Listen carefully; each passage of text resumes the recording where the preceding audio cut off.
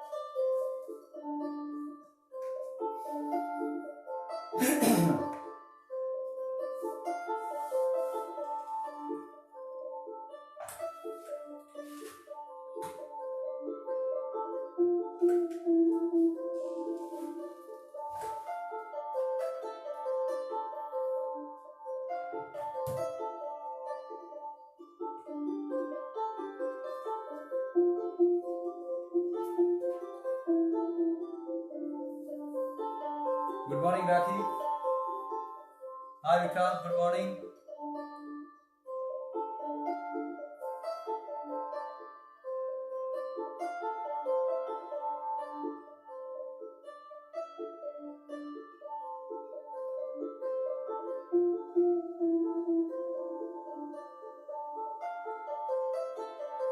Hey, Prasida. Good morning. Welcome to the session.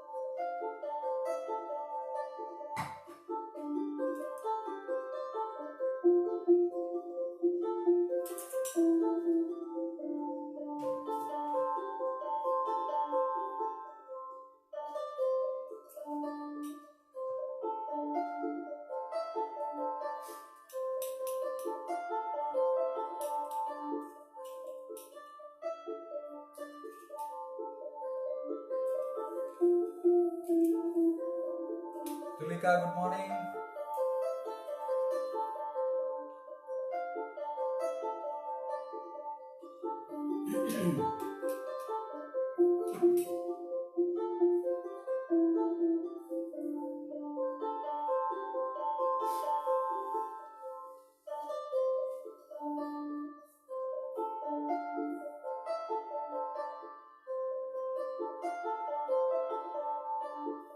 Yesterday, SP has shared an image of the morning session.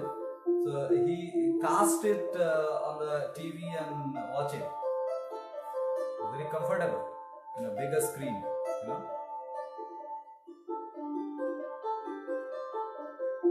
Do you guys use these casting devices? Those are very comfortable, you know. You need not to watch the videos on a small screen. You can just cast it to the TV and you can enjoy it.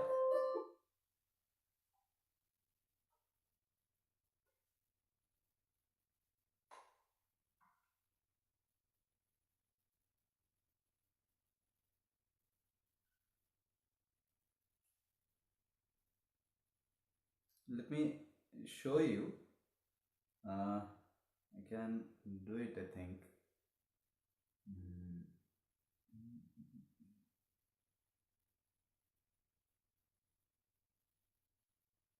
Mm.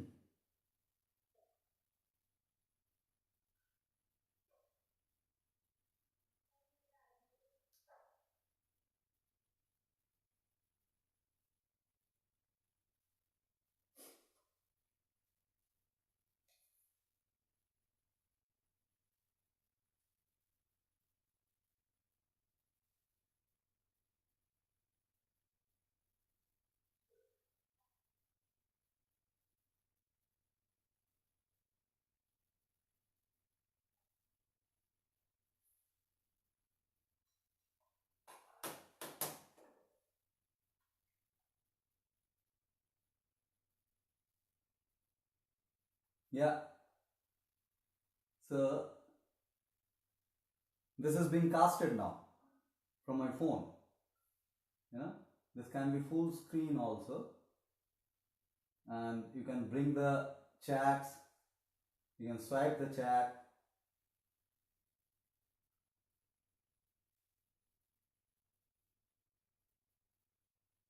And this is wirelessly connected actually.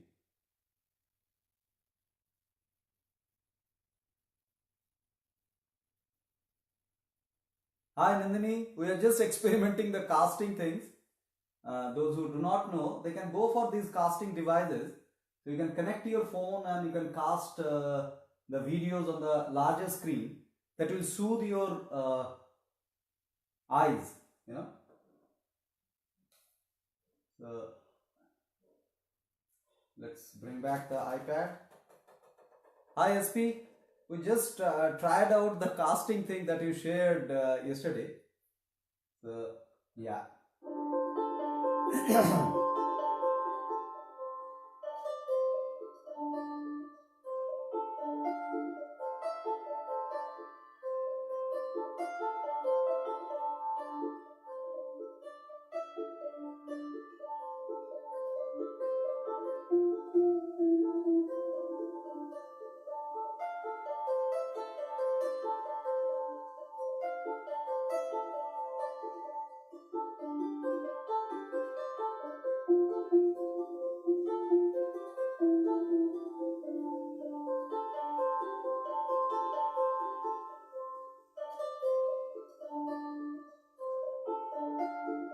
Yeah, so who all are left to join? I think Meenu hasn't joined. Otherwise, other people they are not regular, like Dr. Kaur, Shiva, and Mr. Murthy.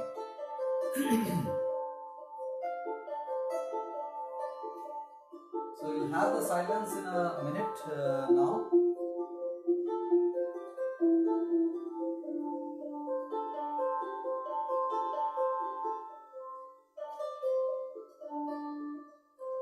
And Vidyut also hasn't joined. Yes.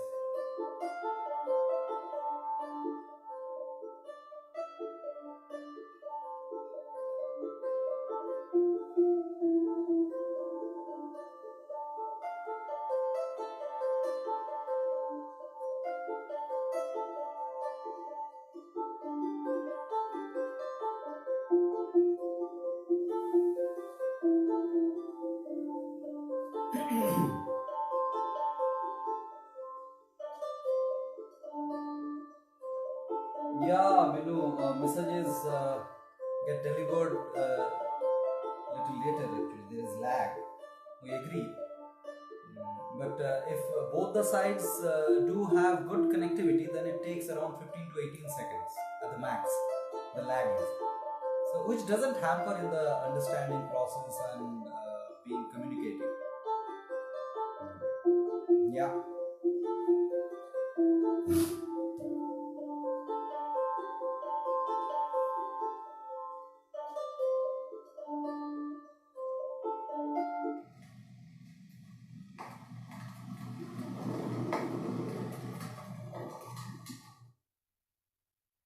So we'll go for the silence for 1.5 minutes now.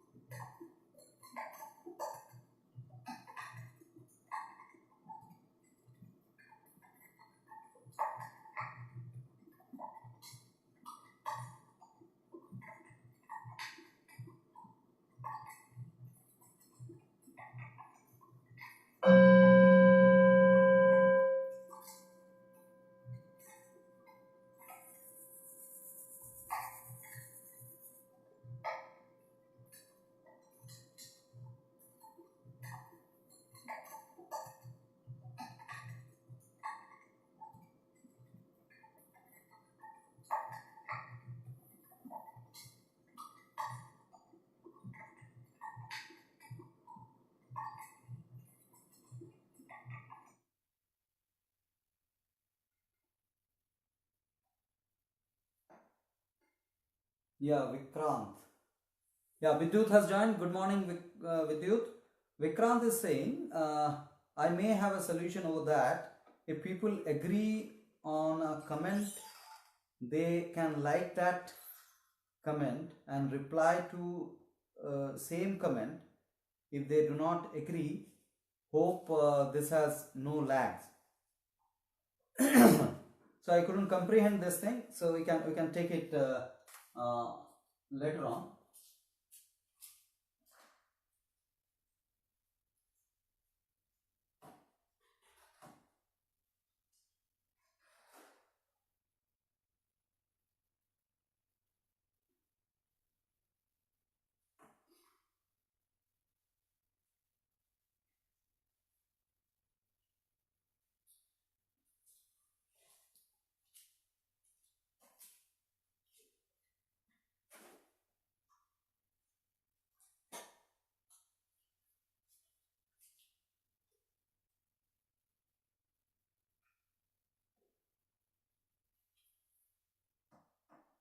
Yeah, guys. So we formally welcome all of you to this. First is purpose,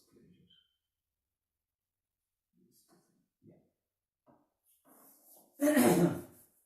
To this sixth day of our course. So we are in the later half of the course. Yesterday was the middle point, and yeah. So let's start this journey of implementation. So far we were into dialectical science, philosophy and all those stuff, but now it is the time to make some noise in our life, to implement the changes. So yeah, so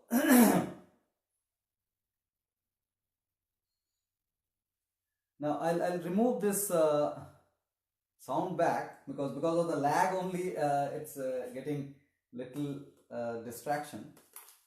So right, so today as already communicated over the WhatsApp that the schedules are little different. We are adding a few more video talks in the units in Facebook. So the schedules are this way. At 6 o'clock the live session to kickstart, and then at 7 o'clock you'll be getting 4 contents in your Facebook group. 4 contents. So those contents are purpose, pleasure and pain, the first content, and then second content is law of unity. The third one is the innervating enigma, and the fourth one is innervating eyes and weaklings. And a few of the topics I'll cover as supplement today.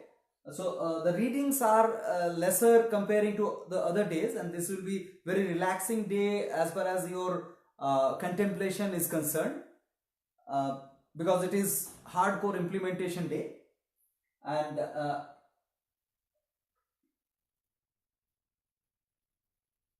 so what all things we'll be covering in the video talk are tips on understanding how habit forms and how we can work on that.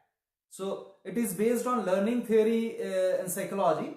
So you'll like that video. If time permits, we'll just walk you through in the live session also, but that doesn't require, that's not required actually, because the talk is already uploaded on the Facebook, and it will appear in your timeline in the group at sharp 9 a.m.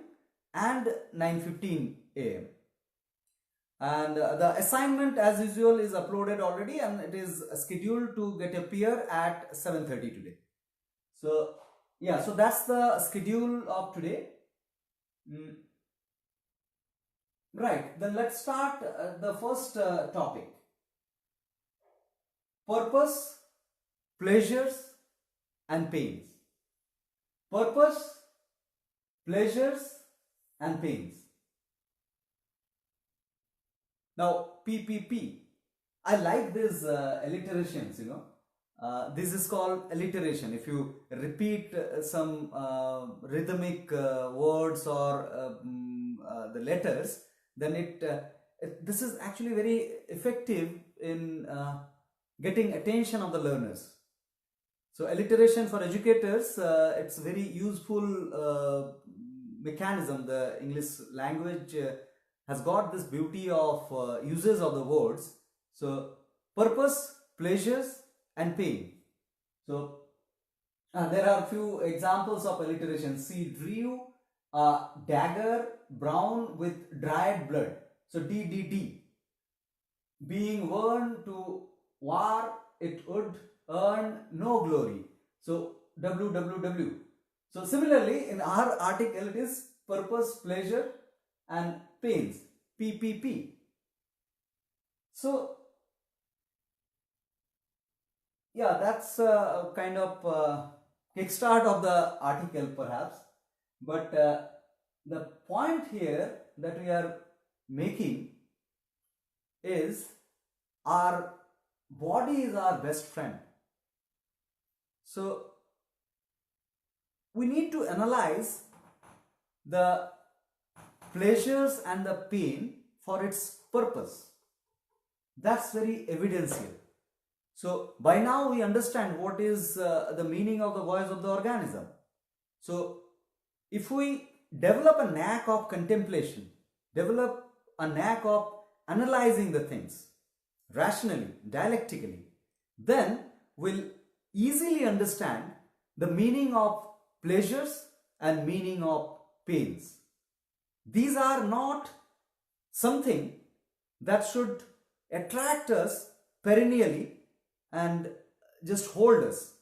These are just the indicators of going for the purpose. So there is some purpose behind all these indications that we need to understand very dialectically by contemplating each and every steps, each and every voices. So purpose of life and purpose of this existence, the whole existence, need to be understood, and that purpose is very much neutral. That is beyond human interpreted good or bad things, and those are going in sync.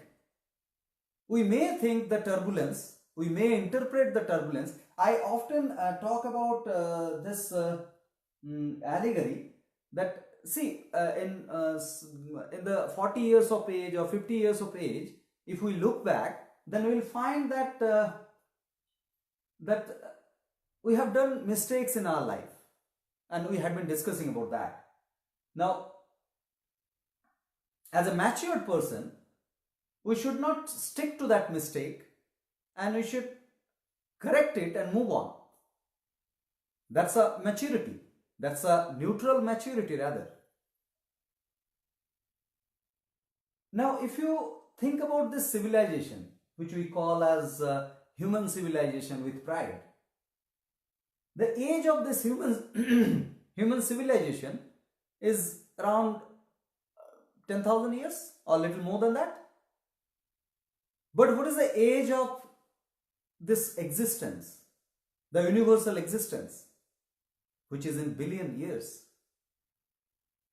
You can Google and find it. Now, the mistakes that we do in our lives, if it is spanned for 1 year, you can just look back and see your life. You will find that some decision at some point of your life was mistakenly taken.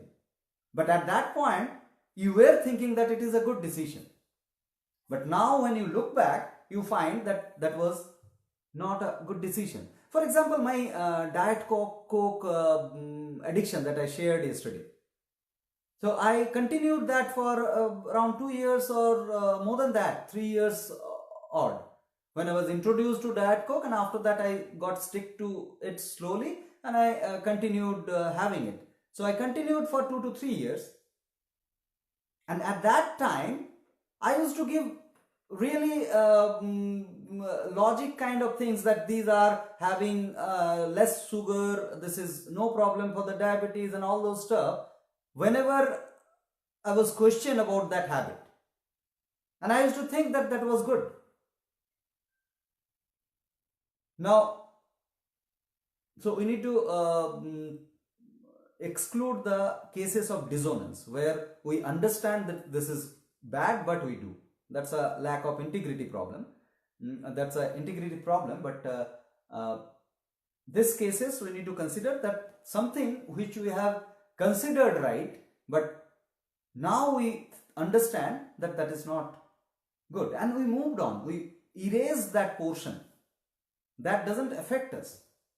That's what is the maturity. Now coming back to that allegorical understanding of the universal existence and versus this particular existence of human civilization is very tiny little. And the kind of definition that we give of the civilization, making buildings and roads and building technologies, it may not be the correct way of leading a life. So we should be very dialectic in considering this as the final truth.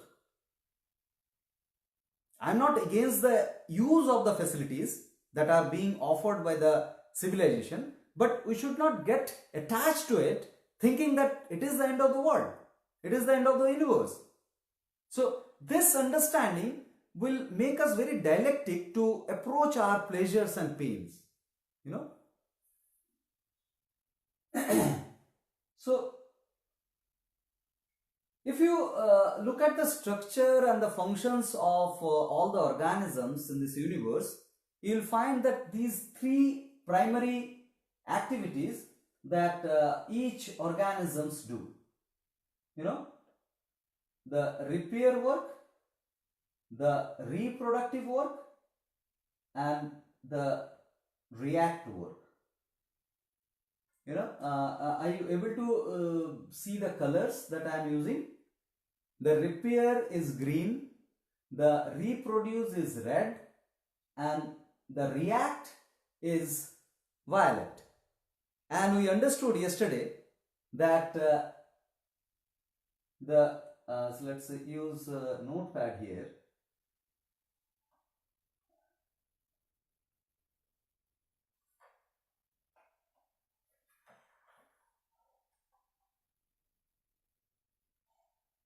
So I was talking about repair, reproduce, and react. Just try to focus on the colors that I am using are green, red, and violet. As we understood yesterday, the frequency of the colors are different, and we understood that the green is a color of neutrality, the middle color. The equilibrium speed, and the red is the slowest, and react is the fastest. So, and you see an alliteration also in this: repair, reproduce, react. Now, this particular repair is connected to the food management and the input management, and reproduce is the execution of sex, and react is execution of thought. I would like to replace the word thought here with mindfulness, and the meaning of mindfulness means whatever you do, you should give full of your mind to it. So a single thought on which you are investing yourself, and that will reduce the burden of vitality, because that will reduce the burden of thoughts. So the mindfulness is the reaction. Now, just again try and correlate the colors that are being used. The repair is food, which is a neutral color, and we should take more greens to have optimum repair, continuous consistent repair. Greens means the food from the green. That's what is the input management. And reproduce means the definitely execution of sex, which is a combination of sense of sex and the act of sex, and it has to be a slow process. It should not be decided and executed in haste, because it is a responsible act and it has to be a slow act. It is not just mere the act, but your initiation towards certain responsibility, which is lifelong. So this has to be a slow process. And reaction, if you are mindful, you are full with the vitality, and your reaction reflex will be instant, fast, prompt. So these three capabilities that we have innately programmed within ourselves.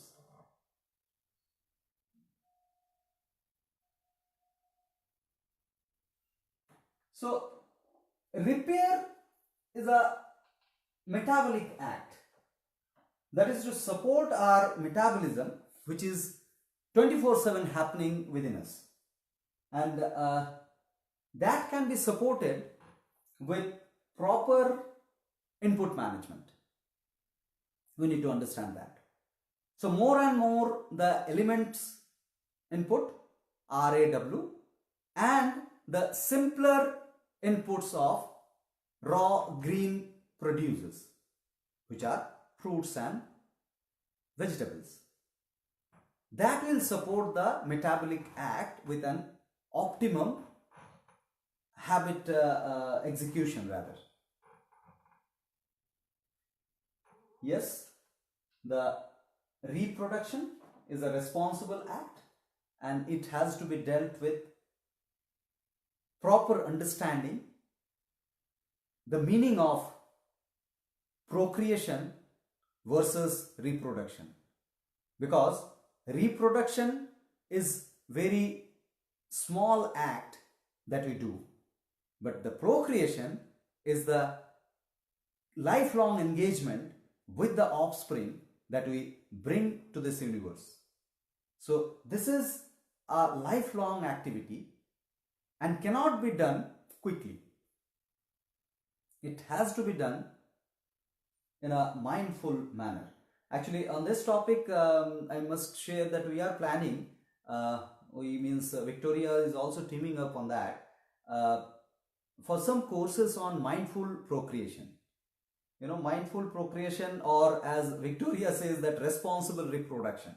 So again, alliteration here. So because we have a lot of misunderstanding about the sex and the kind of sex education that is prevailing in this world altogether, based on the act of sex.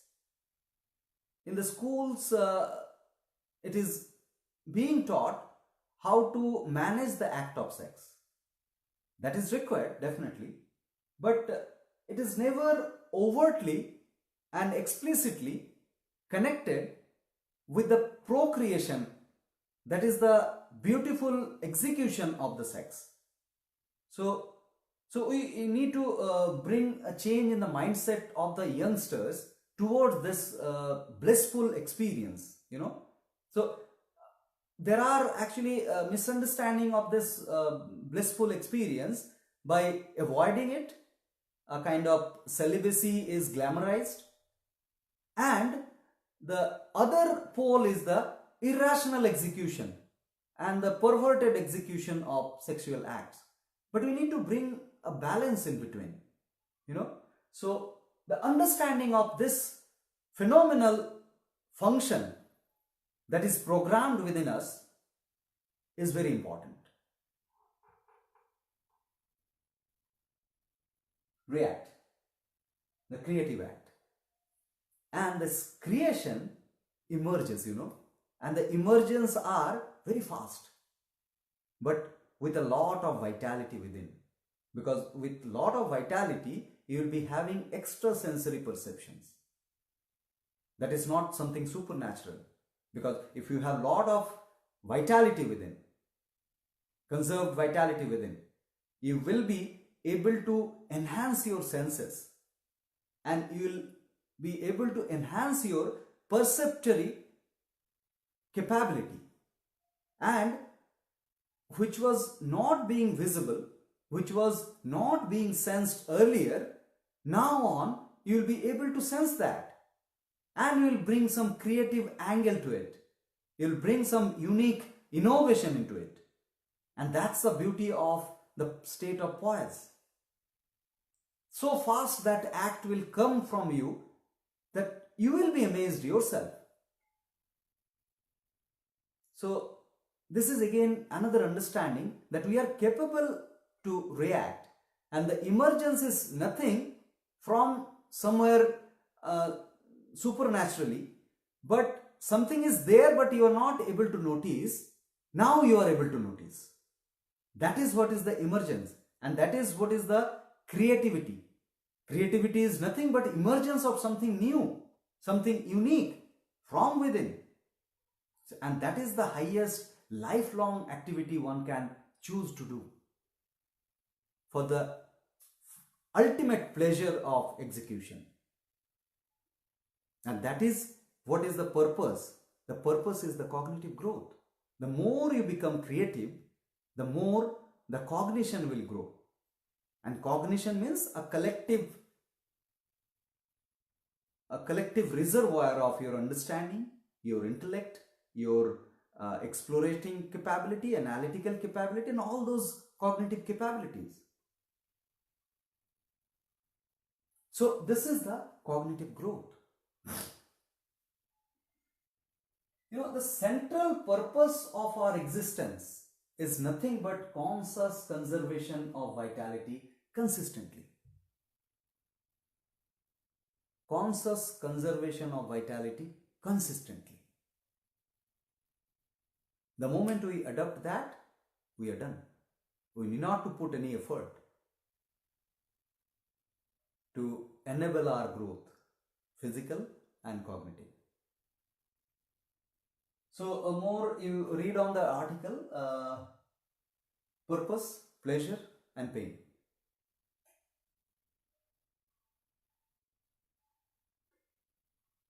Now the next article is the law of unity. Revisit.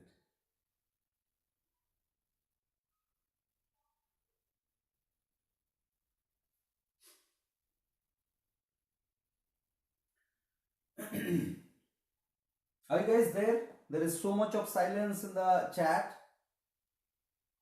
If you can just say something in the chat, I'll understand you guys are there.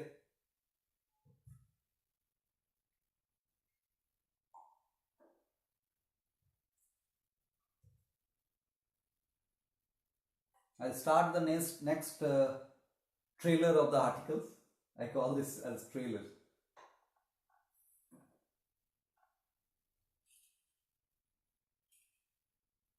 Yes, Prasida is there definitely. So I need to check your headphones whether those are plugged in or not. Yeah, SP is there, Raki is there. So because it's very awkward to look at the camera and keep on talking, so I need some buzzes in between in the chat so that I understand somebody is there listening to.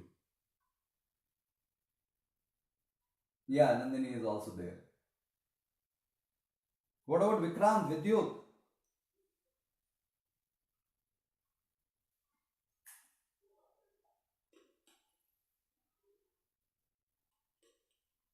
And Meenu too, because I see Meenu's previous message. It was an old message, it seems. Okay, so Vikrant was talking about the thumbs up. Okay, let me start doing the thumbs up.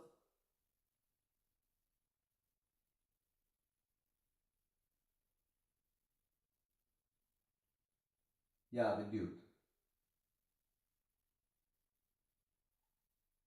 Vidyut asks the purpose of life only in respect of health. So, this is a deep question actually. What do we understand by health? Health is our life. So, if we say yes to this, then also it is life. So, what we are talking here is about life as a whole. And health is a part and very much important part of this whole. Isn't it? So, health and happiness. Yeah, Minu is also there. Thanks guys for confirming. So, I have done thumbs up to all these new comments. Yeah, thanks Vikrant for educating us for this. This is instant.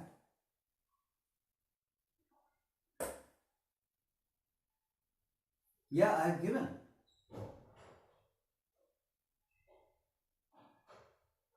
I gave to this also. So Minu asked, give me a like, a thumbs up. So I have given. So now let's proceed for the next topic, law of unity, revisit. Because this is a topic we visit again and again, and more we visit this topic, better for our vitality conservation. You know, so this law of unity is a great sense of security, you know, a great sense of security. Because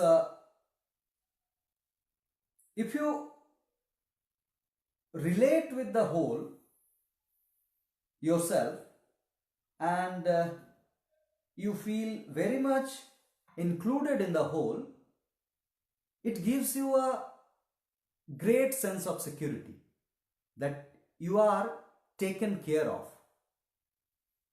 Because these all activities are self-directed. So the moment you feel secured, the vitality conservation will go up tremendously, phenomenally. So law of unity is very much important aspect to, as far as the mind management is concerned primarily, you know, because it's all in the mind. The previous things, the voice of the organism is very much physical. You have that physical evidences of your senses and you act upon. But law of unity is beyond this physical boundary. Now it starts with the union phase. If you remember that union theory, unison theory. Yeah. So this actually starts here at the union phase, where when you bring your offspring, which is a combination of the voice of the organism and law of unity. Voice of the organism is your physical entity, materialistic entity, and you have definitely contributed your matter to bring that offspring in this universe, but it is not physically connected with you anymore. So you see your own physical growth, which is not connected physically with you, and that's a practice of understanding and experiencing the law of unity, that you have the capability to extend yourself, to expand yourself to an individual who is not physically connected to you but very much connected to you. Are you able to understand the beauty of this union phase? The union phase is your practicing phase for the ultimate goal of unison, where you see that your own physical growth is happening in front of you without being connected physically, but very much connected to you. So this is a physical connection that you experience with your offspring. And that is the beauty of the procreation. And this is a practice of realizing that capability of expanding yourself, that you have the capability to expand yourself to each and every organisms and beyond organism around.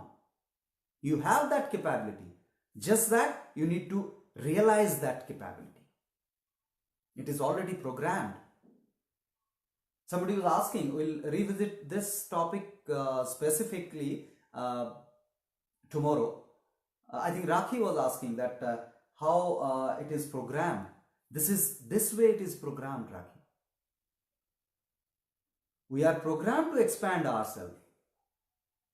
We just don't execute that often, but that doesn't disprove the availability of that capability. And this is the right route of experiencing a life.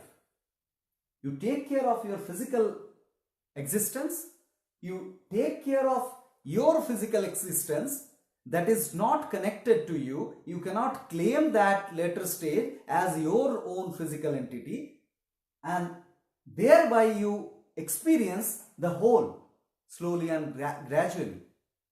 Now you see, all these psychotic problems and the health problems are actually understandable with this image. If you do not justify the stage, if you do not satiate yourself with the right kind of food, I'm very specific on this, physical entity, the matter. If you do not, yeah, Vidyut, I'm doing that. Having bad health is no life. Right. So Vidyut asked that please repeat union. I lost connection for a few moments. Yeah, I'm repeating the whole array. I'm repeating. So the phase, we need to take care of our physical health, and that should be mandatorily till the time of physical growth for sure. After that, your attraction will be reduced towards food if you have satiated yourself. If you have not satiated because of the low quality food means your beyond conscious is not satiated with the food, and it will crave for food till the time of death. And after that, you need to satiate your procreative capability, the execution of the union phase, that you have the capability to expand yourself. I understand there are naturally inability to procreate, but those are very few, and we can deal those cases case to case basis. But in general, we have these capabilities. In general, we have this capability, and if we lead a nature sync life, there is no doubt of executing this capability. Like, there is no doubt about this capability within. Now, during the union phase, if you are irrational in the execution, because you need to understand and bring a balance of this physical connection and a physical connection. You cannot rule your child. You can just support your child.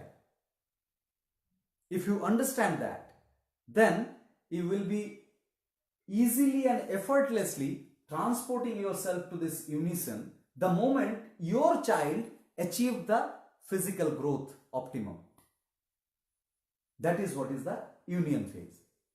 And then it starts to connect with the universe. That is the unison. Alright, now the problem occurs when we gallop. When we gallop the things. This is an image where somebody, not by a natural incapability, but intentionally gallops union. Then there will be a vacuum in the life. May not be felt consciously, but beyond consciously, that vacuum will be felt for sure. And the individual, even if has taken care of the phase, will have a bad health. Now, if somebody gallops both the capabilities, doesn't take care of the body and doesn't bother for procreative execution, then there will be a big vacuum inside where and union both are not executed properly. We consider that unison is our life. It will create a vacuum within. Then these are the perennial problems, that we don't consider unison at all. We consider that my body is the whole of it, my family is the whole of it. End of the thing, you shorten your life. You shorten your life because of the overwhelming vacuum around. Because you don't have the capability or don't execute the capability of connecting. This wireless connections, So food for think, food for think deep.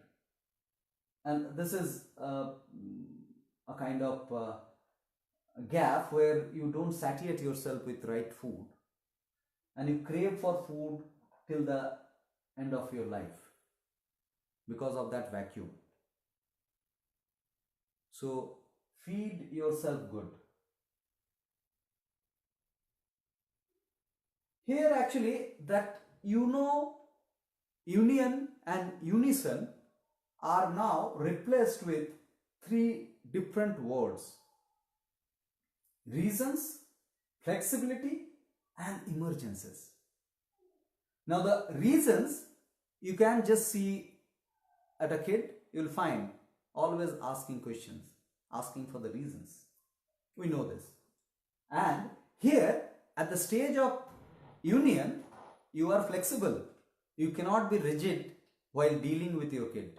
You need to act flexible. And this is an exercise that we do in our life. We execute our flexibility. And the moment you excel that, you conserve a lot of vitality. Because flexibility means conservation of vitality, good speed. The exercises bring the flexibility and the motion gets balanced. So the moment you achieve that flexibility, you start experiencing the emergences, the ESPs, extra sensory perception. So we can actually go on doing the iteration of these cases. If you don't consider the reason, the rational capability is most important, the primary importance, then there will be a vacuum. If you do not execute the flexibility, then there will be a vacuum. And if you don't care about the emergencies and the pseudo flexibility is executed and the reasons are somehow executed, then there will be vacuum around. So these iterations can go on and on. There could be a lot of combinations, permutations and combinations. So there comes the importance of law of unity, understanding the law of unity in its deepest term.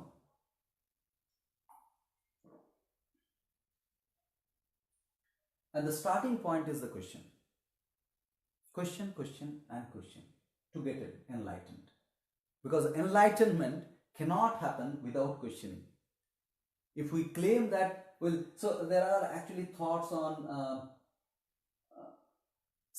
the learning can happen in two routes, kind of structured learning and unstructured learning.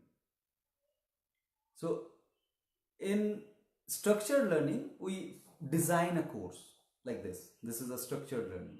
This is kind of didactic method only, because you understand that somebody has got little more idea than you and you are up to get those ideas and make it your own.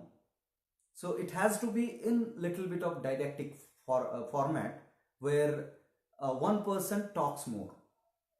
But definitely true didactic will allow the dialectic aspects of discussion, right? So in that structured manner, understanding is very important.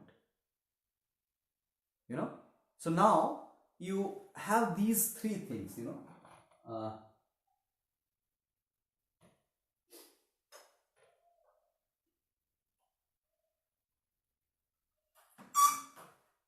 these three things. So you get the information. Now information could be of two types, what and why.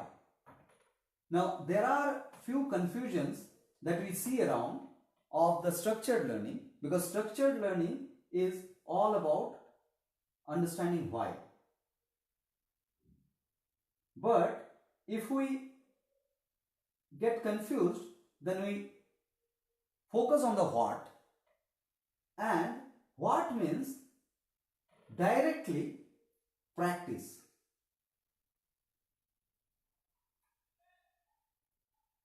Directly practicing the things.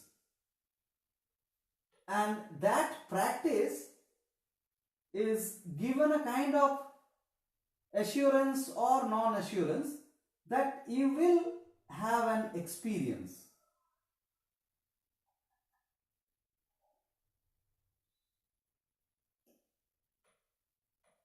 Right. So informations are passed on, practice is recommended, and experience is expected. This is the what route. In the, I call it pseudo structured learning, because structured learning should necessarily include why. So here, ideally in the structured learning, the why should be emphasized. Then there will be a dialectic discussion, and which will emerge as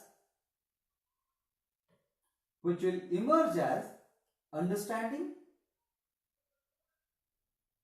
out of arguments and counter arguments, and that understanding will push you to the practice. Unless you practice, you will not have the experience for sure.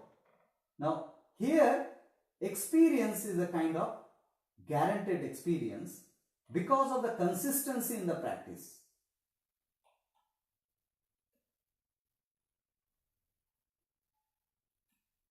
And why consistency is expected in this route?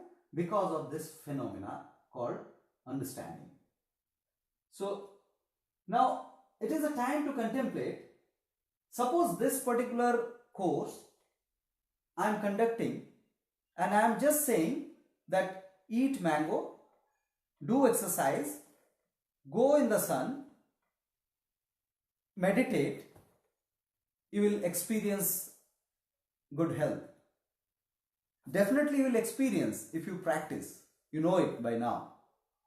But there will be challenges in between, prior and after the experiences. And your innate programmed reasoning capability is not satiated. So that experience of good health will not sustain longer. Versus the initiative to make you understand the science behind, then the practice, the decision of the practice can be discussed and can be found out. Because you are capable to analyze now and decide whether I should take a burger or a mango, whether I should sit idle or I should make myself active, whether I should sleep early evening or whether I should sleep late night. So these all decisions are your choice, your situation based adjustments and all those stuff, but you are equipped with an understanding. So the ideal structured learning is this route, the 4 step. Give the information such a way that it is interesting, it is understandable, and there the responsibility of a teacher is over. I am not being modest that no, teacher is not to be credited in the process. Teacher has to be credited, but the responsibility of the teacher is finished at the layer of the information.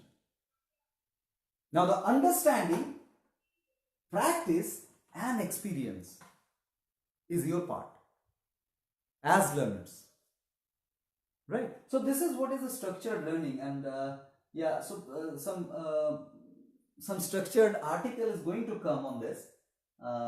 It may come early next year, but it's going to come for sure.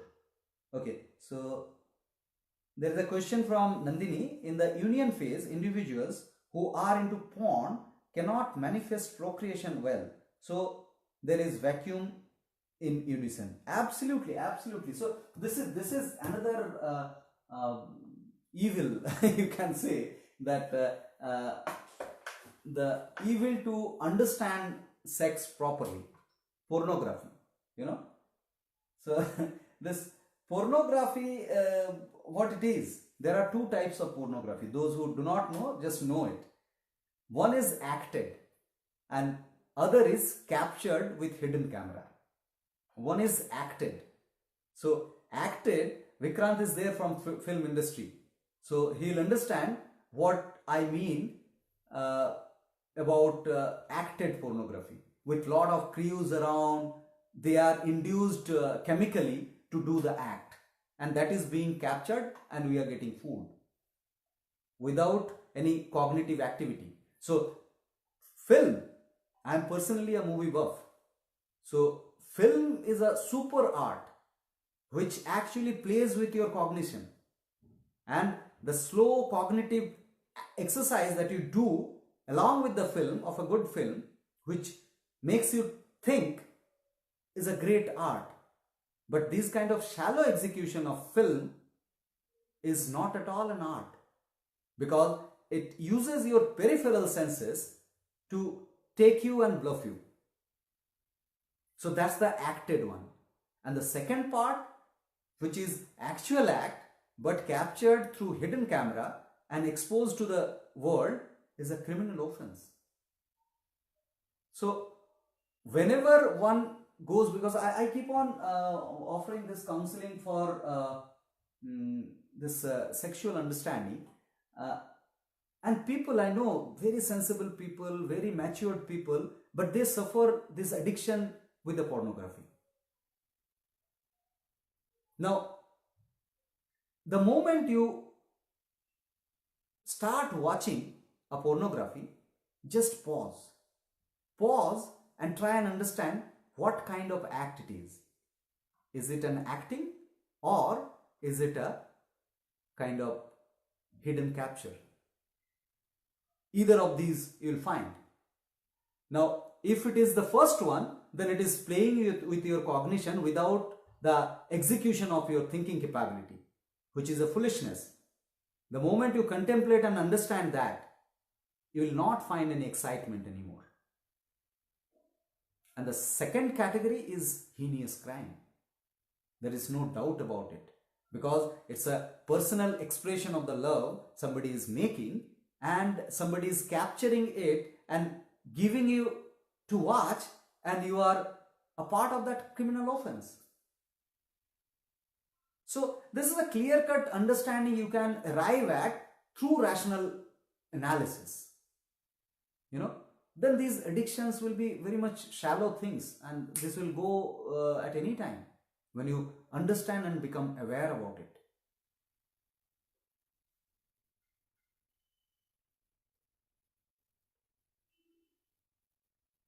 Okay, so Nandini says now that yes, obscene stuff with animals also must be leading to vacuum of unison. That's absolutely unnatural, right? So because this capability,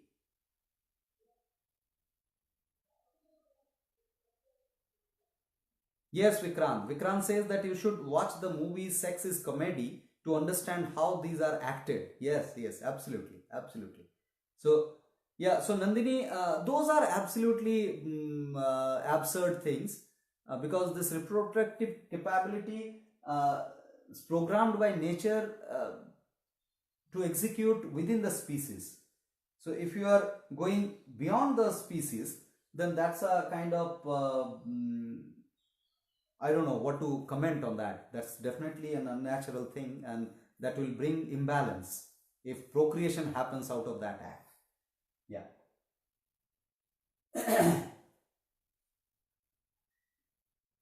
Yes, so the law of unity, coming to the topic, law of unity, we need to understand that this thing very clearly. Everything has got everything, and we have the capability to extract anything out of anything. So for this, we need to understand three aspects primarily: origin, disintegration, and reintegration. And here we will be debusting that calorie concept also.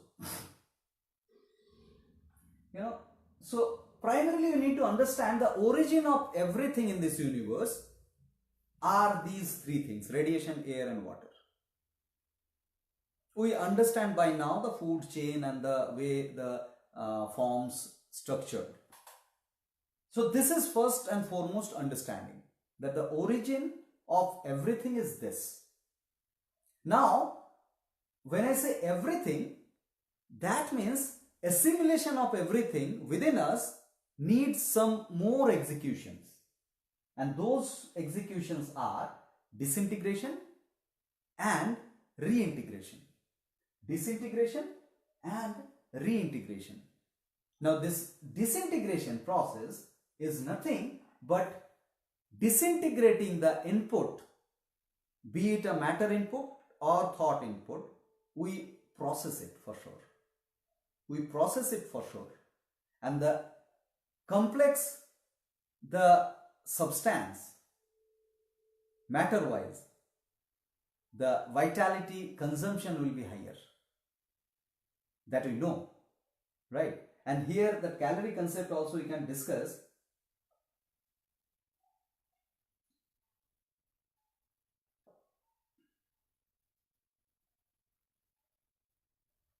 See, the food that we call about food are solid food. So now when we consume a solid food, what we do? We peel the skin, we discard the seed, and we consume the flesh. That's about the fruits primarily we are talking. So, and then we chew. Then we chew and make it very liquid form, very less dense form. So here we need to understand that solid, liquid and gaseous aspect. So a solid food is transformed into less dense food, less dense elements, quite similar to RAW, and then it actually starts reintegrating into the body cells through the anabolic process. Now, when we understand that, we understand this aspect also, that the solid food cannot be liquidified, or liquefaction process will not be possible without heat, and the food which you have consumed doesn't bring that heat along because it is already solid. Solid substance has lesser heat in. Then from where that heat comes? From our vitality. From within we give that heat, right? So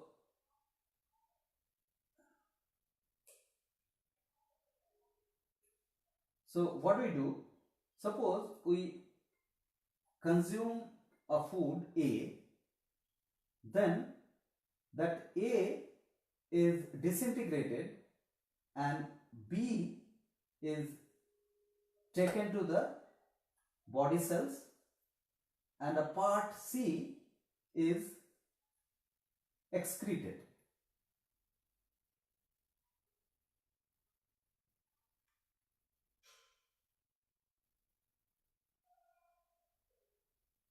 Right. So try and understand, and this is very physics, absolute physics, observatory physics.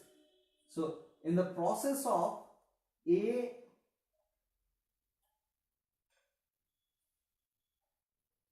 disintegration, we need to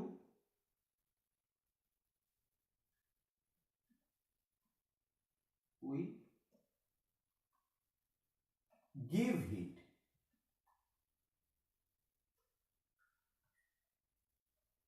And reintegration of B and C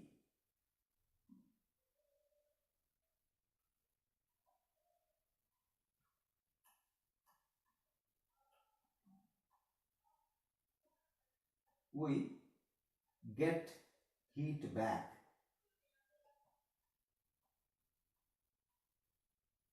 Let's understand this aspect very clearly.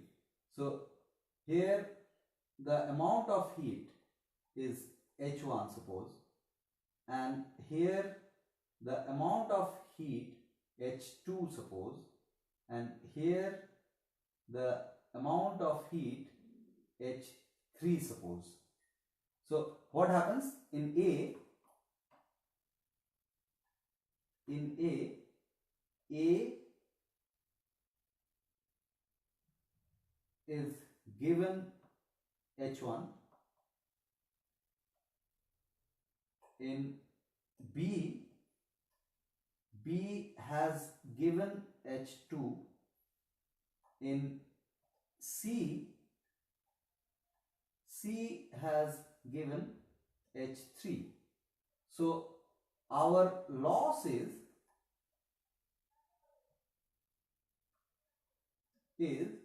H1, our gain is H2 plus H3, right? Now these all are latent heat, latent heat.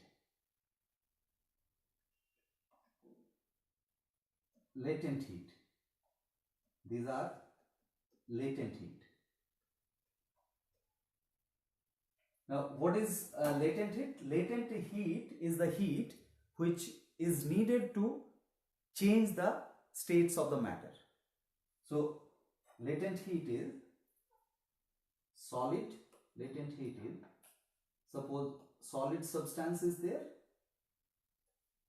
this will convert to liquid, this will convert to gaseous. So here the heat actually in physics we use triangle to represent heat. So these are latent heat which is required to convert this state from solid to liquid, liquid to gaseous, right? So this is a footnote you can consider about latent heat. Now here in this case H1, okay, another point you need to understand, the unit of latent heat,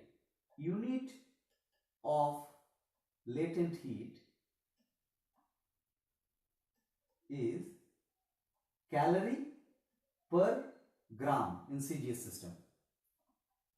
Calorie per gram. So calorie is the unit of heat and gram is the mass. So here this is very important to understand. The latent heat is mass dependent. The more the mass is, the heat needed will be more. Right? Now here when you see ABC, A is much higher than C and C is higher than B. Understand here. Because A is the food that we have taken, B is the body cells and C is the stool. Stool is huge comparing to the body cells portion which we use. Right? Now definitely A equals to B plus C. A equals to B plus C for sure. So A equals to A equals to B plus C for sure, but B is very tiny comparing to C. So B is a solidification. So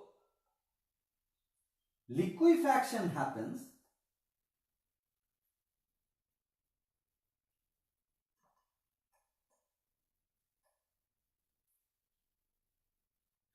for A, and solidification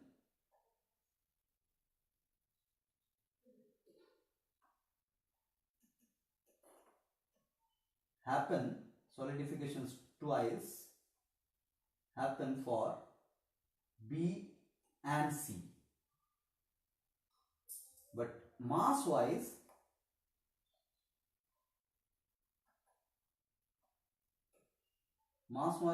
this is two rules.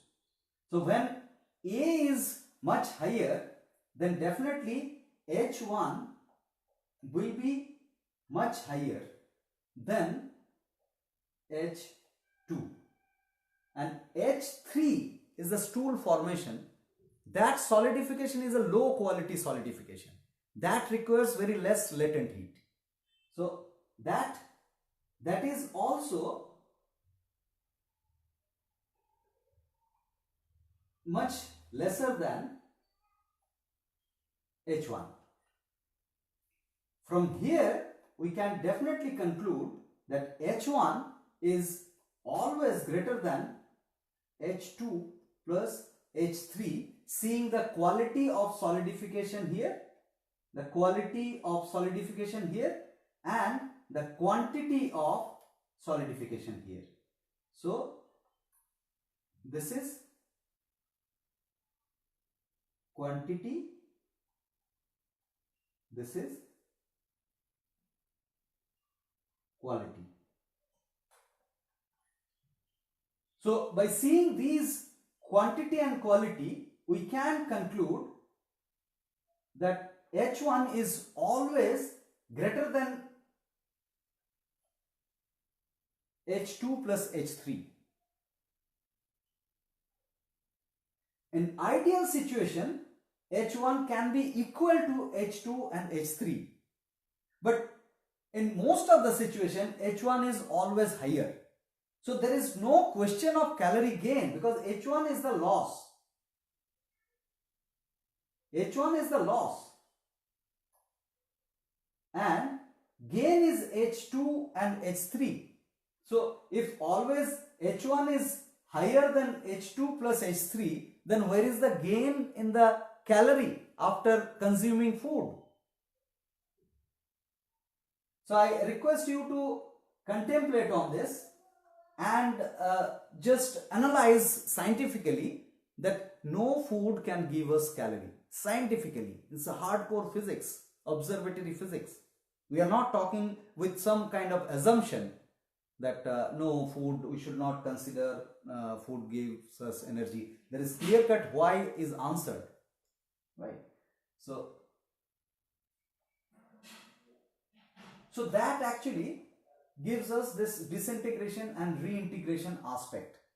And placebo and nocebo also we understood that we have tremendous capability of transmuting the things.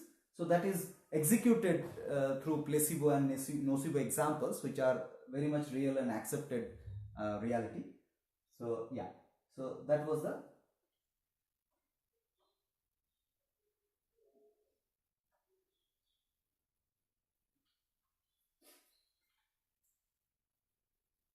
then this enervating enema we have covered already, so you just can go through on your own. That enervating enema means the enema is an act of innervation only. It is not recommended in pure nature cure, and there are rationales which you have already discussed, and I'll share another article few days back I wrote as No to Tona. So that also can give you some insight about this understanding. Yeah. Yeah, Nandini, you have to understand, we all have to understand this calorie concept deeper. So do your own research and contemplate on this aspect, you know, and let me know if any doubt is there on the things that we discussed, and I'll share the PDF after the session. So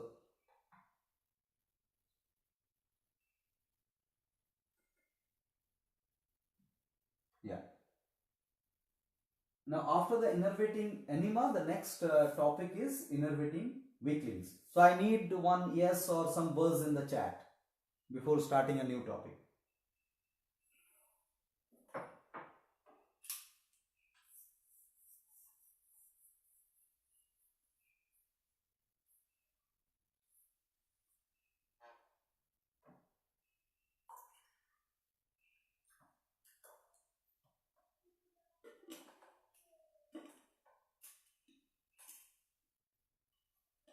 Am I being broadcasted? I'll just mark like for the last comment that I have seen, so that yes. Now I don't see any comment. Am I still live? Yeah, thanks SP.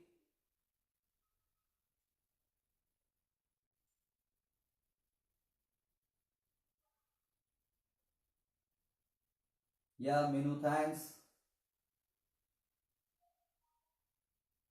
Vikant is also there.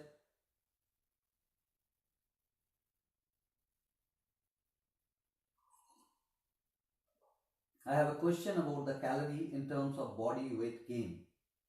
Yes, go ahead, Prasida.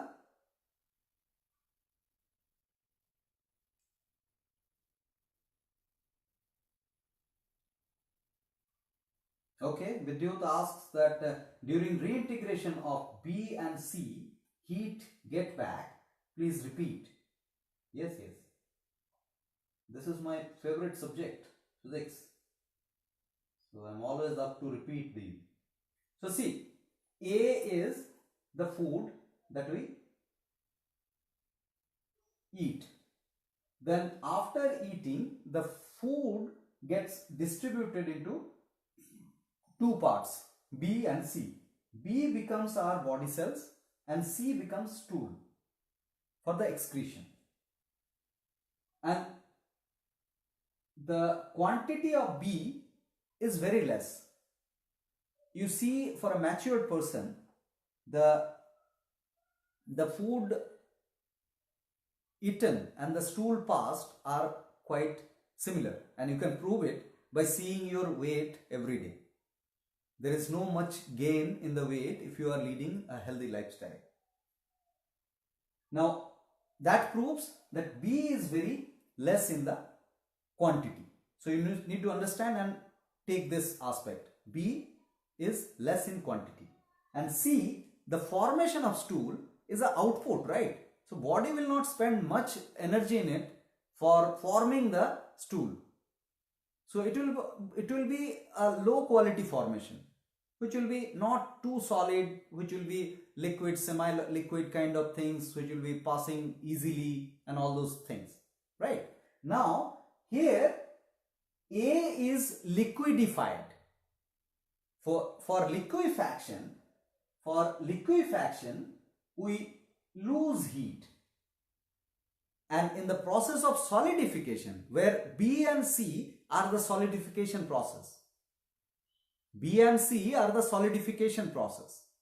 so when we solidify something, we get heat back because the solid substance has got lesser heat in it. So if that is so, then we get some heat back, which are H1 and H2. So we are losing capital H1, but we are getting back small h2 and small h1. Now, since it is a quantity based unit, that latent heat, calorie per gram, the quantity we need to consider very seriously. Now, quantity wise, A is much higher than C and B. because we know A equals to B plus C. Now liquefaction happens for A, as I said, and solidification happens for B and C. Now H1 is much higher than H2 because the quantity is very less. Quantity is, let me write there, is less, and here quality is low. So that is why this is much more higher. This is not just greater, much greater than H2 and H3. And that gives us this conclusion that H1 is always greater than H2 plus H3. Right? I get a question from Prasida. Where is Raki? Raki, are you there on the chat, on the live? I don't see any comment from you. So if energy is consumed, then how does body weight increase when we consume certain food? Is it the accumulation of toxin? Then what? It's the substance accumulation. There is no connection of the energy there. Energy is retained within you, which you conserve and you rejuvenate and get back every moment. So it is an elastic thing. Just consider that you have hundreds of levers within you. Some are working, some are not working. Some are engaged in some work, then they get rest, then again they are engaged for some other work. So it is always the vitality. This one actually that day I explained to respond to your query also in the assignments. 3 questions were there. So vitality quotient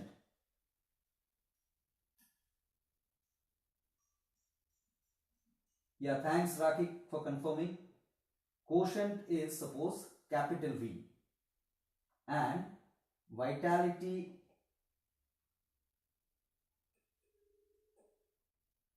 conserved equals to VC and vitality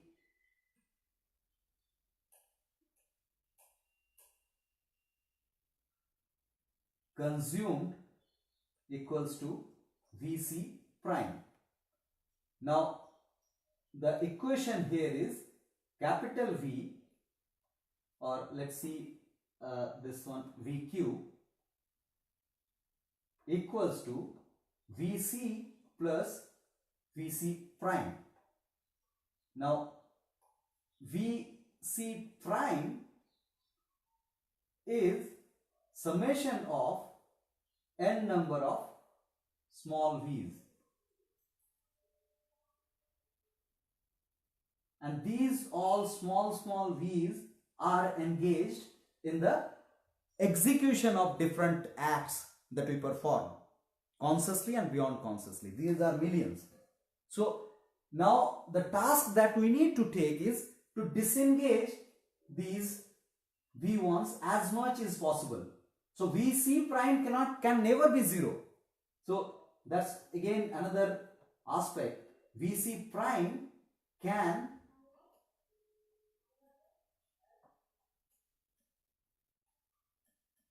never be 0. Let me write 0. Can never be 0. This is an assumption. If you think that I will make V consumption equals to 0. So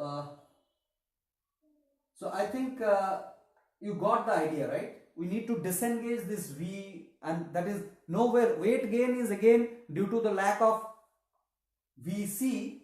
We are not able to expel the toxin, and those are being accumulated in the body. That is the reason of the weight gain. That is the state of toxemia. Okay.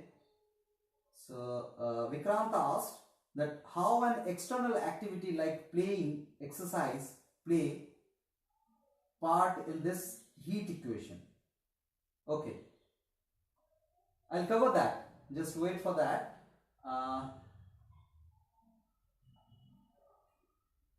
Okay, let me let me tell you this one, Vikrant. So let me write here relevance of exercise. The primary relevance of the exercise I am going to explain here. In vitality conservation.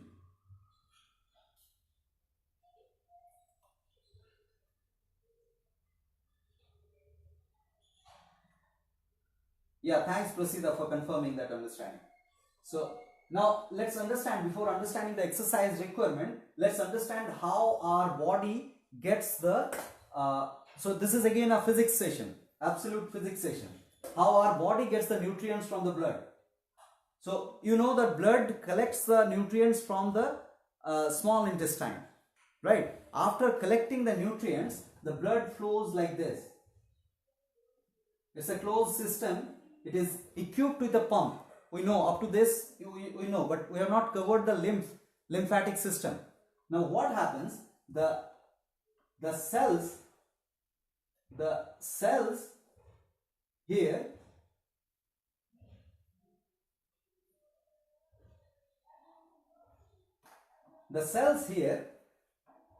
get the nutrients from the blood, right? Now from the blood, when it gets the nutrients, the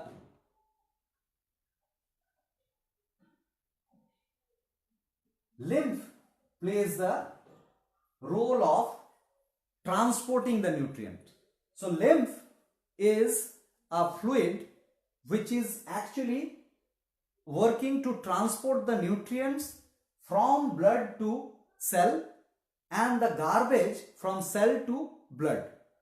So this action is going again and again, and this happens in the capillaries. You know, capillaries are the connection point of the artery and the vein. Artery and the vein. Artery comes from the heart and veins goes back to the heart.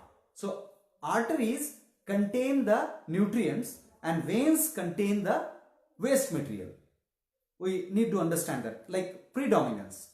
Predominance of the waste material is in veins and predominance of the nutrients is in the arteries. Now here what happens from blood, so this blood is flowing this way, suppose, and this is the artery side, this is the artery side, and this is the vein side. Now here the nutrients will pumped into the lymph. So this is the lymph. This is the lymph. And this is the blood. Right. Now that nutrients will come to the lymph from the blood, and this will go to the body cells. Now body cells will reject the waste material from cell to the lymph. Then lymph will transport back this waste material to the blood. So this is the circulation that is happening. This is the circulation that is happening. Now here I am not going deep because those who are interested, I am including these all things in level 3, that the process this is happening. This is nothing but osmosis and reverse osmosis. Reverse osmosis within the body is called hydrostatic pressure. So this one goes from a hydrostatic pressure where a pump works in a closed system. Because in reverse osmosis, without the pump, the things cannot happen. The transportation cannot happen. But the osmosis is a natural process unless it is clogged. Unless it is clogged. So this is what is the osmosis process. This is osmosis, and this is called hydrostatic pressure or RO, reverse osmosis.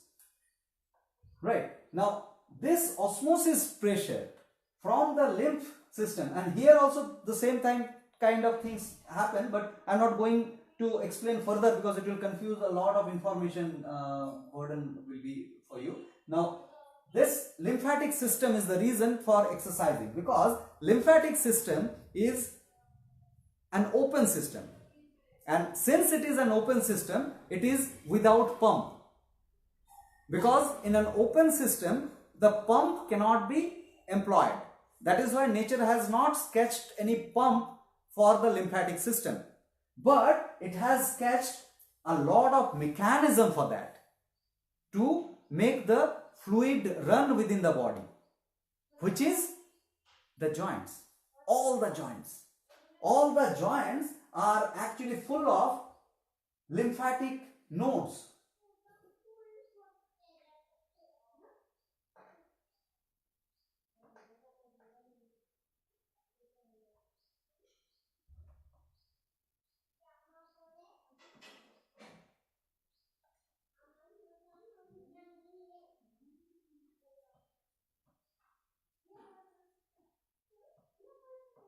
So try and understand this figure where the lymphatic nodes are around the body. All these are lymphatic nodes, you see. So all tiny little joints are having lymphatic nodes, and lymphatic nodes are nothing but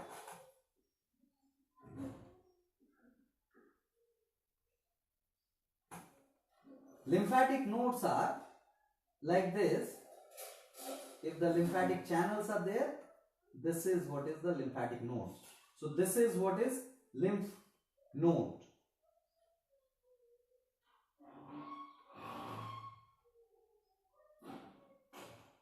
So lymph actually carry those toxins, and these are nothing but similar to your kitchen waste line.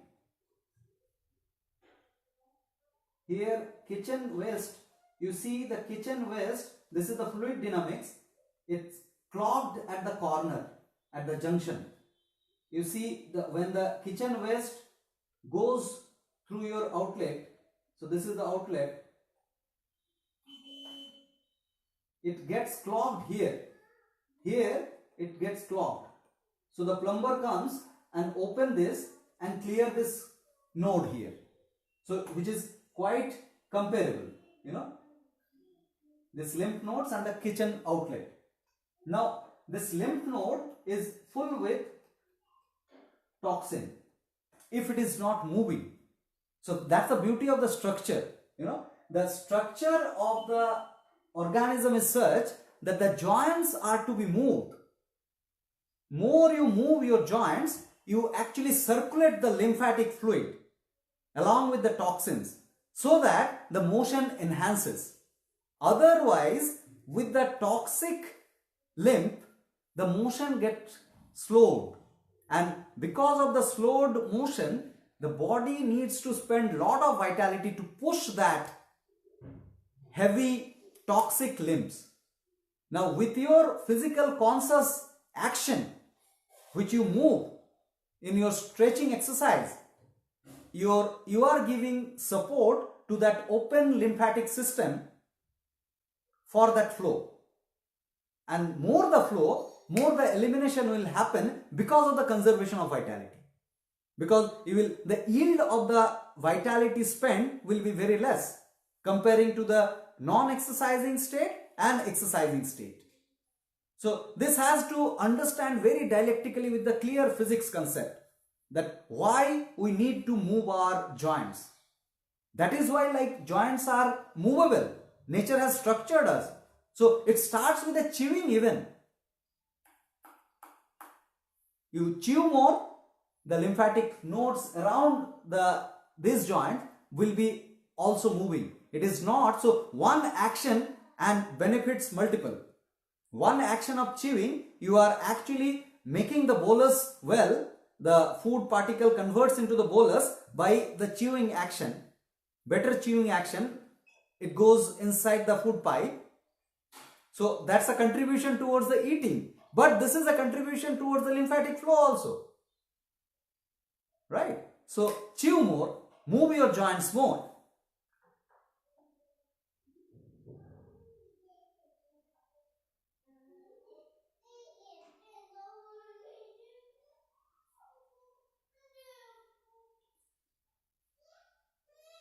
Okay, SP says the Kalyana, beautiful explanation of lymphatic system. Yes, SP, thanks. So now Nandini says that I had a swelling in the node on the neck region a few months back. So that was lymph full of toxin. Probably Nandini. Yes. So this is how the vitality conservation happens if we exercise.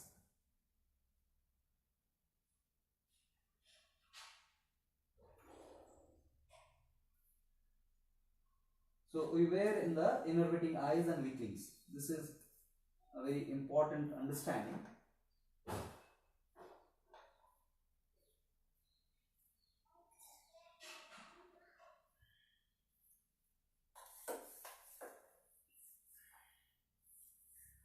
So when we talk about this particular innervation, vitality conservation, vitality quotient, vitality consumption, so we need to be very dialectic in understanding these aspects, because if we do not go deep into this understanding, there will be a lot of confusions. Like in this case, one of my friend actually shared that I have been using computers for 10 years now. I use it almost 12 to 15 hours a day. Even in a dark room, my eyes are best in its health. No vision loss. Your explanation of listening to the voice of the organism does not seem to apply for me. Can you explain, please? So this was the question. Okay, how to get clean if the nodes get clogged? By moving the joints more and more, because the vitality will clean it. SP asks that how to clean if the nodes get clogged. So by conservation of the vitality, there is no other route. If you intervene to clean, then you will go for a toss. You will be looping yourself in that process of suppression.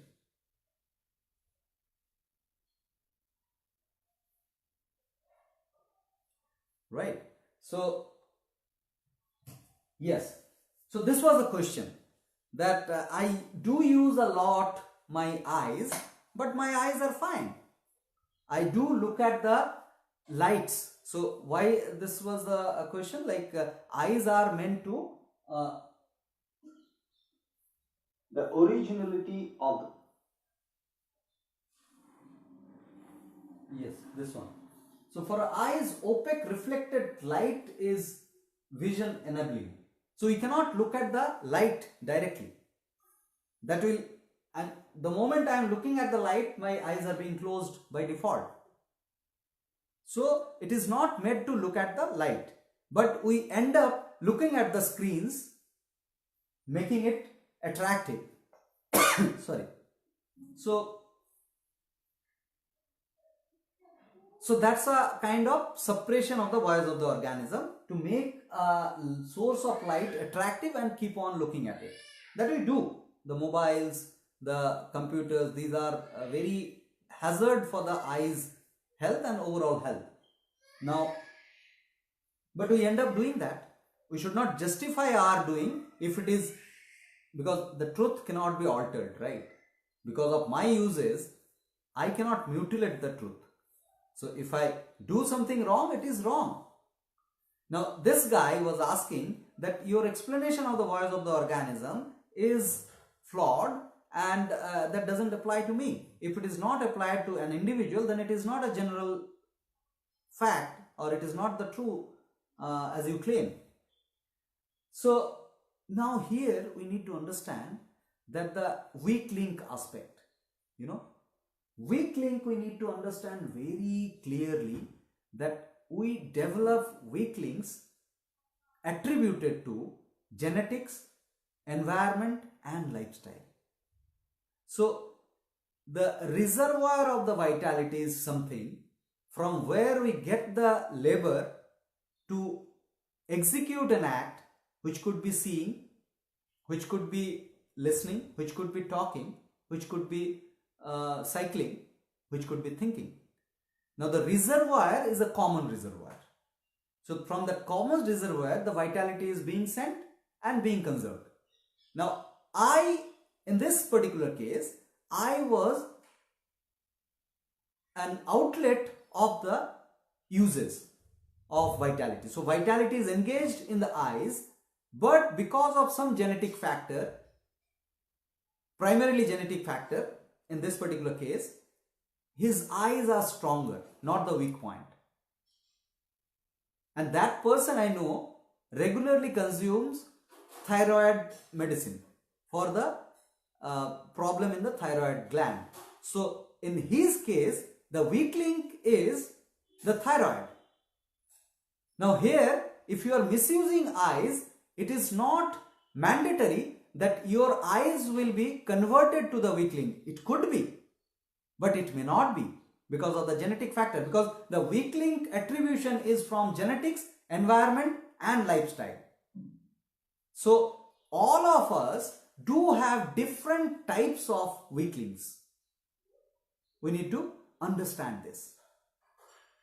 So we should not confuse and ridicule the scientific explanation such a way. It's a shallow explanation. I use my eyes, but eyes are not getting defected, then the voice of the organism doesn't hold true. So that needs to be connected with the reservoir aspect. Yeah.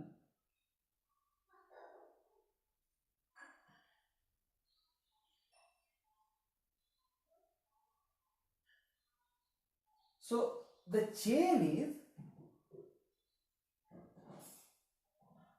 just give me a moment, I need to plug in the charger for my iPhone.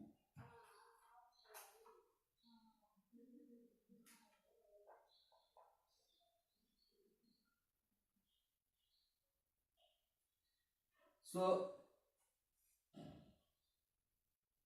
SP asks, then what about Tratak? I don't know Tratak. I'm not aware about this term. Okay. So yeah, so weak link is the link which is developed over time, genetically, environmentally and lifestyle wise, and that becomes a point of toxin accumulation. Alright, so we need to understand the weak link dialectically. And before concluding, I'd like to touch upon this weak link management. So hope you understood weak link. Just confirm on the chat if you have any doubts in understanding the weak links.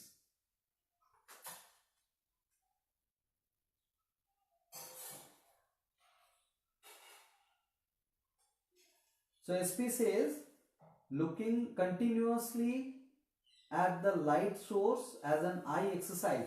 Okay, so that's called Tratak.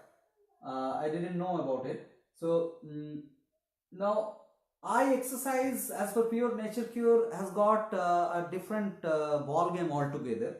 That doesn't recommend continuously looking at the light source, but it has got, so through this particular presentation you will have some idea about how to address weak links, because this I included in the residential camp. We do regular eye exercise, particular eye exercise, understanding the weak link factor, because eye is kind of common weak link for most of us.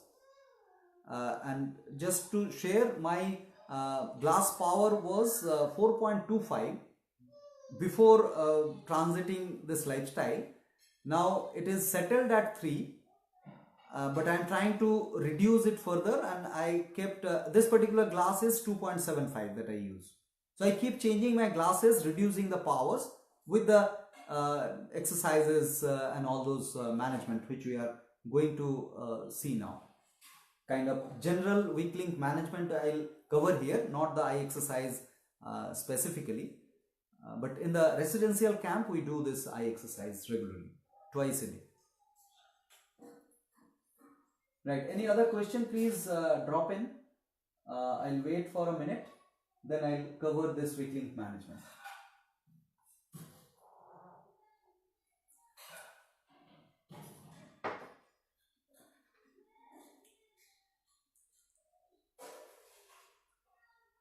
Okay. Prasida says that weak link is the low functioning of certain body functions due to various factors like genetic, lifestyle, environment. So weak link is specifically a part of the body. Then the structure and the other things come, like function comes later on. So we'll cover that. And Vidyut asked that genetically weak part of the body where toxin deposits easily. Is it right? So genetically is one aspect, environmentally is another aspect. Like if you are staying in a polluted, air polluted place, then your lungs could get converted into a weak link, you know, because of the overuse of the lungs.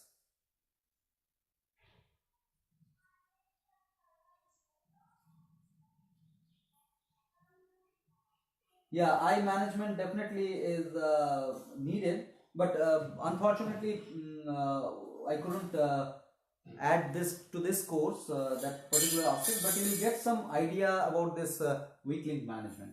So where are others? Are there Meenu, Rakhi, Vikrant?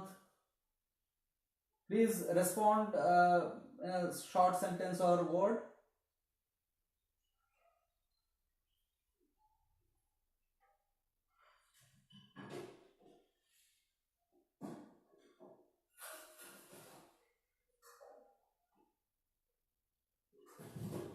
Okay, Meenu is there.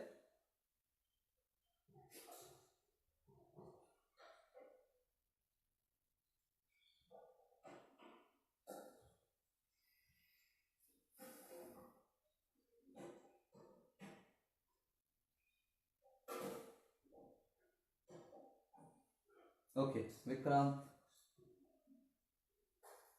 Rakhi is also there. So I'll proceed with this weak link management. It's a short presentation. So in this presentation actually we'll be covering the aspects of weak link management. First we need to understand what is weak link and then how we can manage it in a dialectic route, right? So for that we need to understand this aspect, form and function. You know, alliteration, I love it. Form and function. Now, every structure has got its own function to execute. It is structured to function such a way.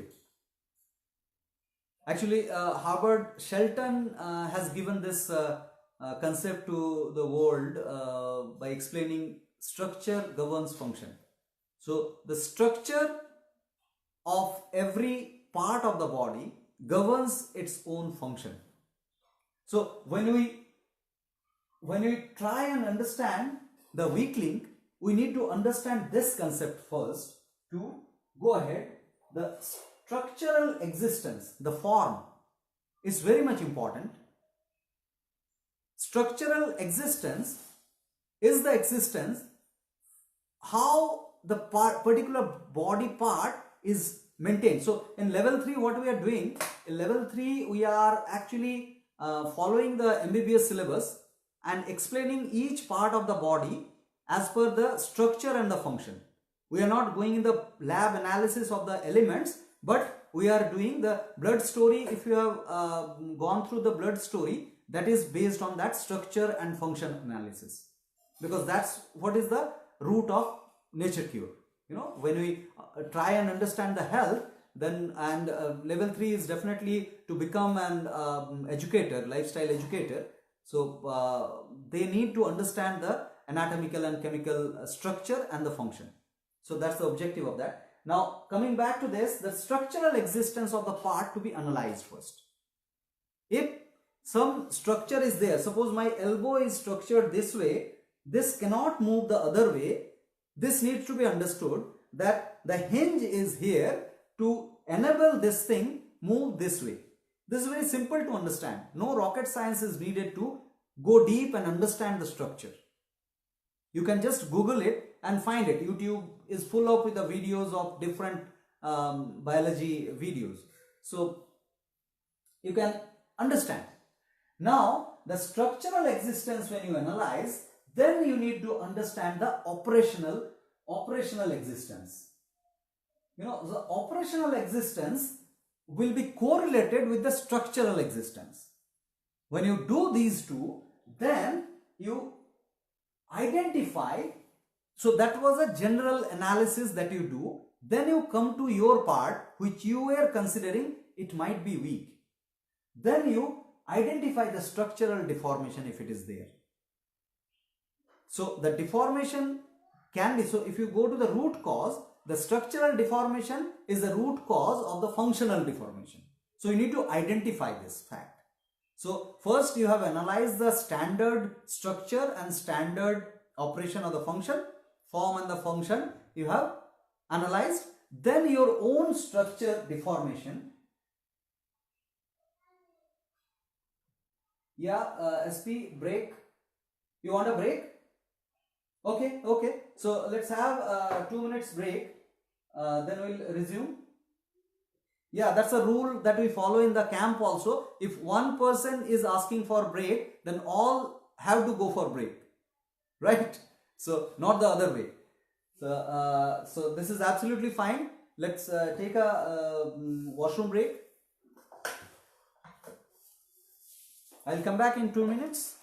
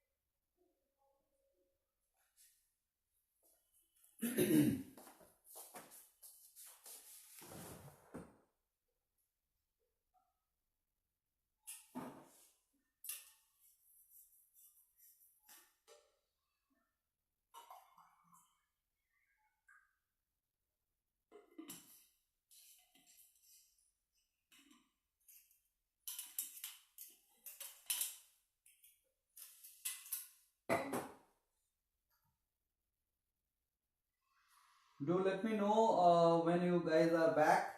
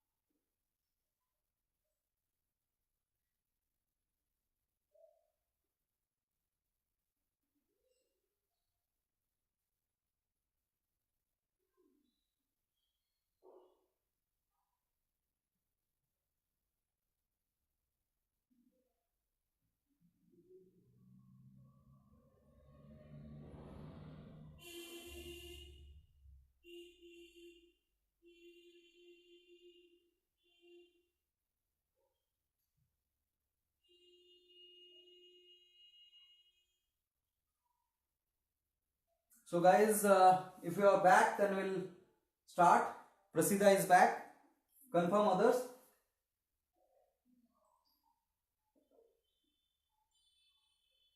Others, please confirm if you are back.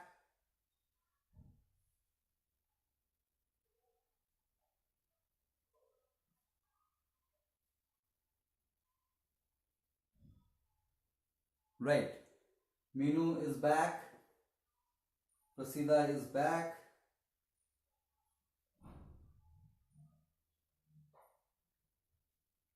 Vikrant back.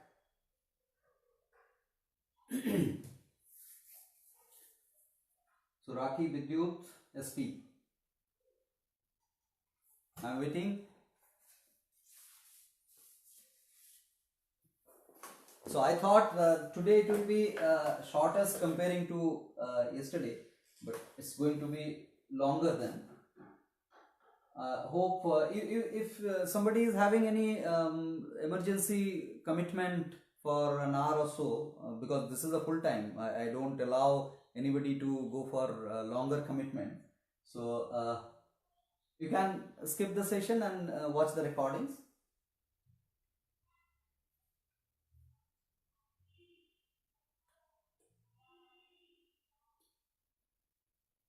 In January, we are holding a 4-day full-time online camp from 24th to 27th of January.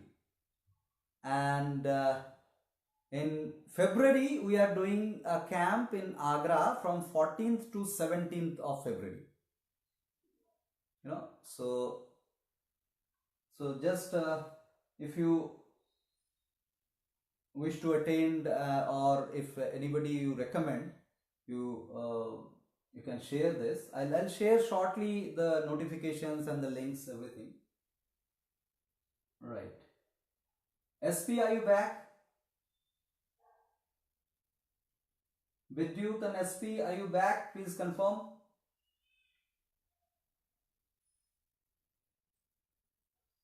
Yeah, SP is back. Vidyut?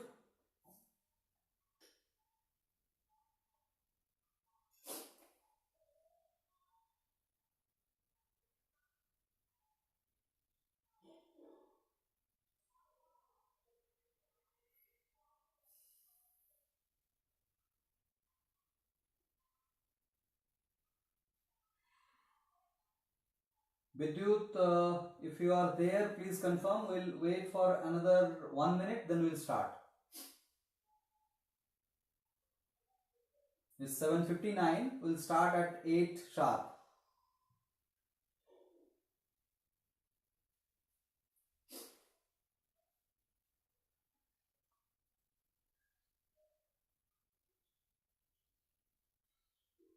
SP, are you casting today's session also? Send some pics. That's really amazing pic that you shared. Thanks for sharing that.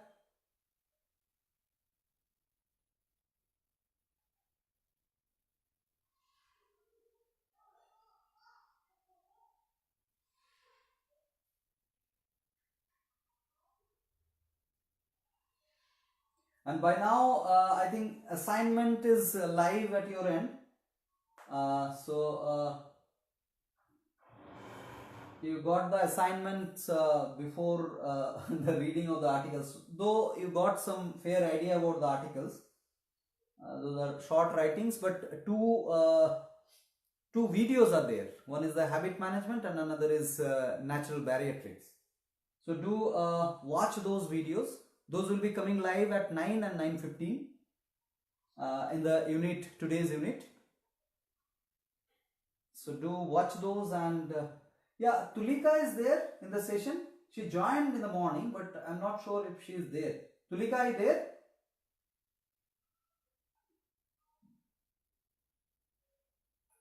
Okay, it's 8 now. Let's start the session. They will watch the recordings if they are not there. So operational deformation and structural deformation. So two things we have done. One is the general identification of the structure and ideal operational execution. general, ideal. So these two things, followed by the second set is your own assessment, that deformation, that standard is this but mine is this, standard is this. So this is not the lab oriented testing I am talking about. I am talking about the structural understanding, right? I'll come to the philosophical aspect also on this, because there is a very important philosophical understanding is needed.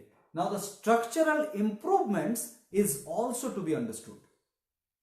So structural, optimum structural aspect, then your deformities, structure and function, and then both the operational improvement and structural improvement, those are needed.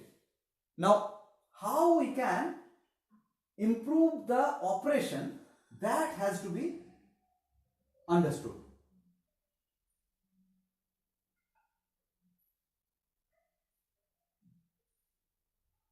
So the structural improvement can be attained by improving the inputs, because those are the new cells which will make the structure better. So no rocket science, but the link has to be understood, and that will push you for right food more and more, that I am contributing to the improvement of the structure. Now next comes the functional improvement. With the structure, the function will improve, but if you can give some conscious support to the function, then that will improve that weak link far better way, faster way. We need to understand that. So the operational, yeah, Vidyut is also back. Hope you are able to get the content. Yeah. So now the operational improvement is the exercise part. When you understand that ideally this part of my body should function in such a way, but because of the non-uses, like for example the eyes, when we watch these screens a lot and more, then slowly and progressively the capability to look at the far will be diminishing because of the non-uses. So here you need to bring that conscious uses into play, that you need to consciously look at far and find out whether that is being executed or not. Because of the lack of execution, that capability get diminished. Now it is the time to refurbish that. We need to understand that, right? And in the process, this philosophical understanding is very much needed, because the moment you analyze these things, there will be chances of making some extra push. For example, a farmer doesn't need a reading glass. He may have weak link there, vision wise, the eyesight wise, but if he doesn't need it, then he doesn't need it. Why to push that need? If you need it, then only you do it. Otherwise, you don't consider that as limitation at all. Because this understanding and the perception of need vary person to person. So this is the philosophical deep understanding you need to adapt before doing this exercise. You know, do I really need it? And don't consider that some magical change will happen. As I repeatedly say, that all magics have got logic behind backstage. So don't expect any magic will happen overnight, that one day I have exercised this way, I have eaten good food, then my structure and function will be improved. That will never happen. You need to be consistent in this route. And this path is for that contemplating people. Those contemplating people, those who are interested and intense about thinking and waiting for the change and working towards the change consistently. So no magical change. And that concludes the understanding of weak link and management. in general. Now specific case to case basis, there is endless discussion can happen, right? So that ends today's session, and please watch the videos on habit management and natural bariatrics at 9 a.m. and 9:15, and we'll join back at 6 p.m. sharp this evening. Thank you. Good day.